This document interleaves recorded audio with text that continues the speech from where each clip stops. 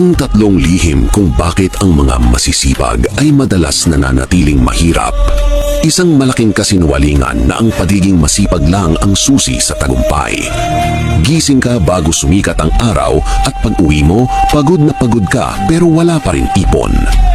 Narito ang tatlong dahilan kung bakit ang sipag mo ay hindi sapat. Una, masipag ka lang sumunod pero hindi ka masipag mag-isip.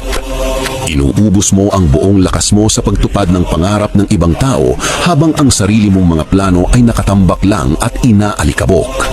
Ang tunay na pag-unlad ay nagsisimula kapag sinimulan mo ng pagtrabahuhan ang sarili mo. Pangalawa, mas pinipili mo ang sigurado kaysa sa paglago. Takot kang iwanan ang nakasanayan dahil komportable ka sa maliit na kita. Pero ang totoo, ang pag-iwas sa risk ay ang pinakamalaking risk sa lahat. Walang yumayaman sa pananatili sa loob ng kuwebang kinakatakutan mong iwanan. Pangatlo, binebenta mo ang oras mo imbis na ang galing mo.